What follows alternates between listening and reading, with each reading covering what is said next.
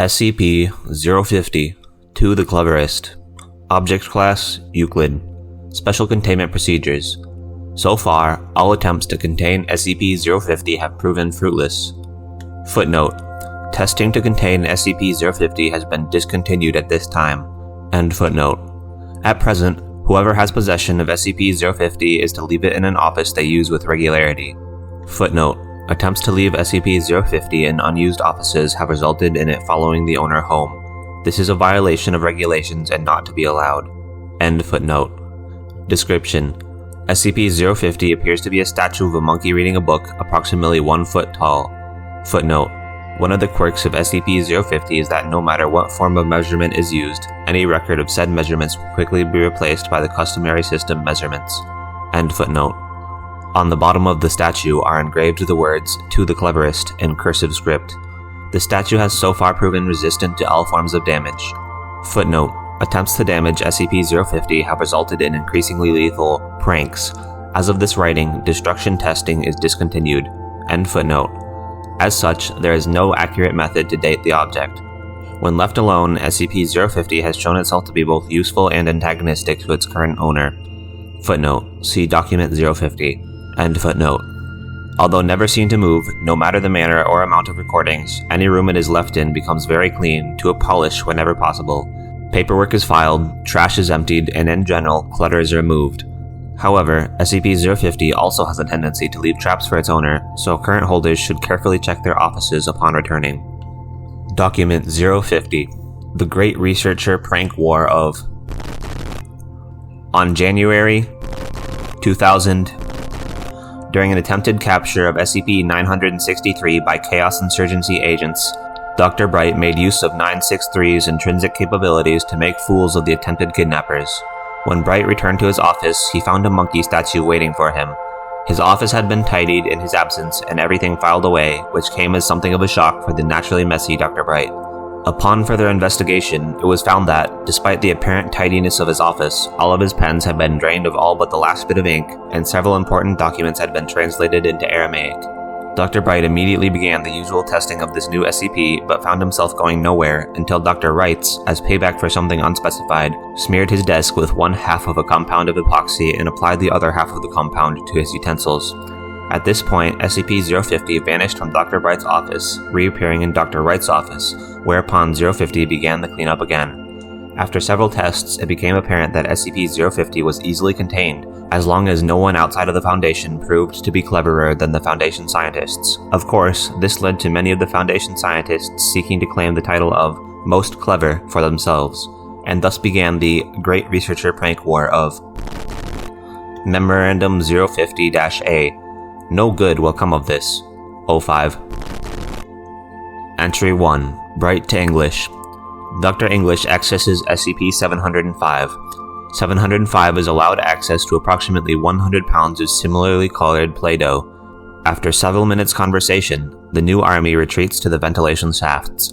No footage of Dr. Bright's room exists, but several hours later, Dr. Bright stumbles out covered in little red welts and red Play-Doh, swearing and muttering. SCP-050 transfers ownership to Dr. English. Entry 2. English to Eisendorf. At 11:30 p.m. on... Agent Strelnikov is seen exiting his room in full rage, carrying a machine gun.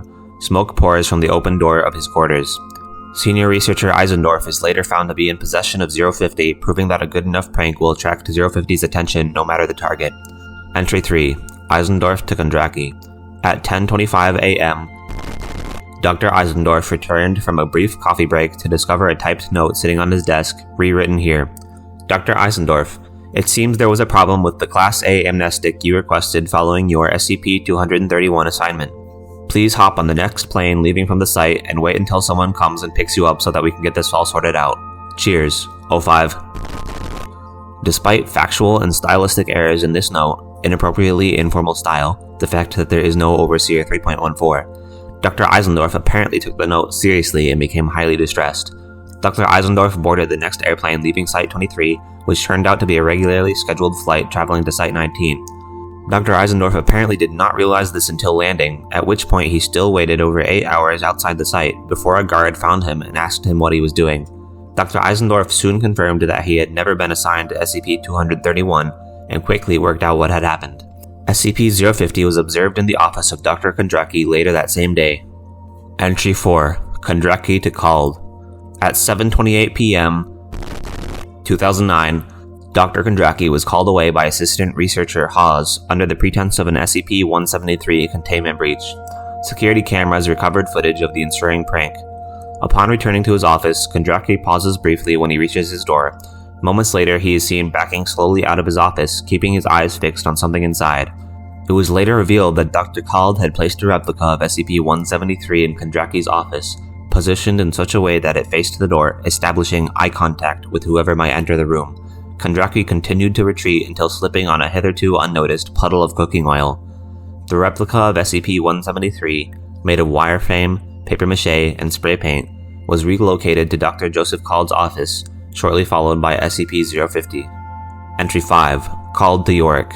Upon returning to his office on 2009, Dr. Kald was surprised to find the statue replaced with a note reading, "I can't believe no one's thought of this." The statue was later located in the staff locker of Agent Yorick, who had simply stolen it. Entry 6. Yorick to Kald. Statue returned to Kald, Yorick's living space in utter disarray. Agent Yorick is found unconscious, the words, "To be earned," tattooed on his forehead through unknown means. Entry 7. Called to Light. From 2009 to 2009, maintenance teams were called 27 times to Dr. Kald's office while he was out, all having received orders to install, repair, or remove a piece of furniture from the office, apparently at random.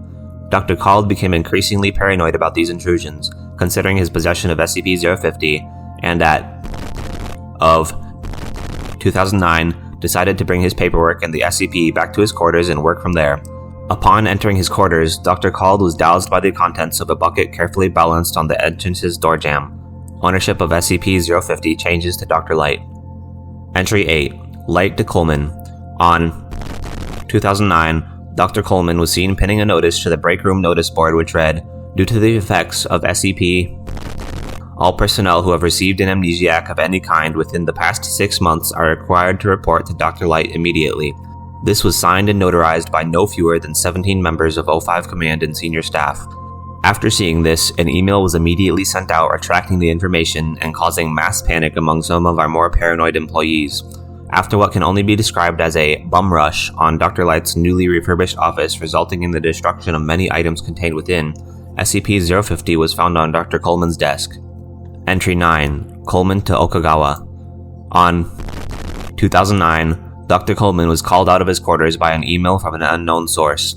5 minutes later, security footage showed Dr. Okagawa entering Shoemaker's quarters, carrying a bag with unknown contents and leaving the room a few minutes later without the bag.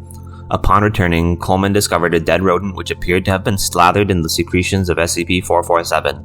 Personnel in adjacent rooms reported hearing a stream of profanity followed by a thud.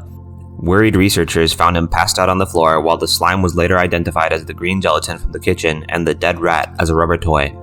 SCP-050 was later found in Dr. Okagawa's office. Entry 10. Okagawa to Chapelsky. Video log. 2009, 12:34 p.m. Dr. Okagawa leaves for the cafeteria, presumably for lunch, late breakfast. Researcher Chapelsky is seen entering Dr. Okagawa's office, carrying several testing vials and SCP. Left the office 5 minutes later, closing the door behind him rather hurriedly. Okagawa returns 10 minutes later, opens the door, and is snagged by a large tentacle which pulls him into the office and shuts the door behind him. A security team is dispatched to Okagawa's office and discovers him entangled by a giant squid. The team is seen trying to neutralize the cephalopod and free Okagawa. The animal's remains were subsequently destroyed. SCP-050 has been relocated in Researcher Chapelsky's office. Entry 11. Chapelsky to Jones to Chapelsky to Jones to Bright. Entry 11-1. On 2012, Researcher Chapelsky came into work at approximately 0800 and promptly received a pie in the face, courtesy of Project Director Jones. SCP-050 was found on Project Director Jones' desk later that afternoon. What? That wasn't original at all! Dr. Bright. Entry 11-2. On 2012, Project Director Jones reported to his post researching SCP. Upon entering the facility, he was met by Researcher Chapelsky, who threw 2 pies at his face. SCP-050 was found in researcher Chapelski's office 10 minutes later. Entry 11-3. On 2012, Chapelski entered his office to find Project Director Jones waiting for him with 3 pies, which he promptly threw at the researcher's face. SCP-050 appeared in Jones's workplace that evening. "Guys, I think we broke it." Project Director Jones. Entry 11-4.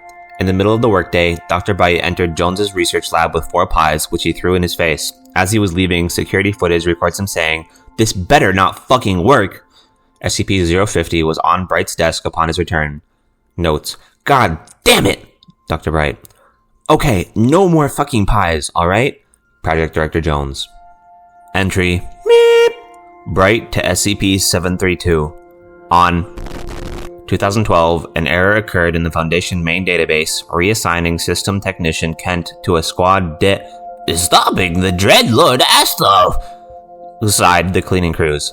During the sagging of the Castle Hellfire assignment, Joshua Kent was ordered to save the Princess Ashile from the Baron Blackstaff sewage with several gallons of feces, gold, and platinum on his head. During the second half of the assignment, Sir Kent and his friends, the Magic Knight Bob, had to test several super magic weapons. Despite the odor, during this time, a routine system sweep had found a barrel of pure awesomeness in the database. Despite the numerous nearby systems that could have been infected, SCP Lee found the Dread Lord on a volcano concerning System Technician Kent's assignment. System Technician Kent was returned to Site-23 largely unharmed. SCP-050 was discovered sitting by a hard drive heavily infected with SCP-732, with the statue seeming to consider the virus its new owner. Entry 13.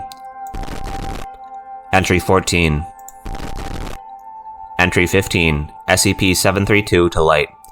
On 2012, Dr. Light connected the SCP-732 infected hard drive to a scanner and asked 732 if it could produce lolcat images on request. Its response, presented in the form of an 8,000-word erotic story featuring itself in the form of a man named Lord Kickass, Dr. Light, and was that with the help of SCP-050 it can do anything. Dr. Light provided SCP-732 with scanned photographs of SCP-577, SCP-529, SCP-607, and 2 instances of SCP-331. SCP-732 produced 10 lolcat images for each photograph. Dr. Light then provided SCP-732 with SCP-637 in the form of a drawing by SCP-637-2.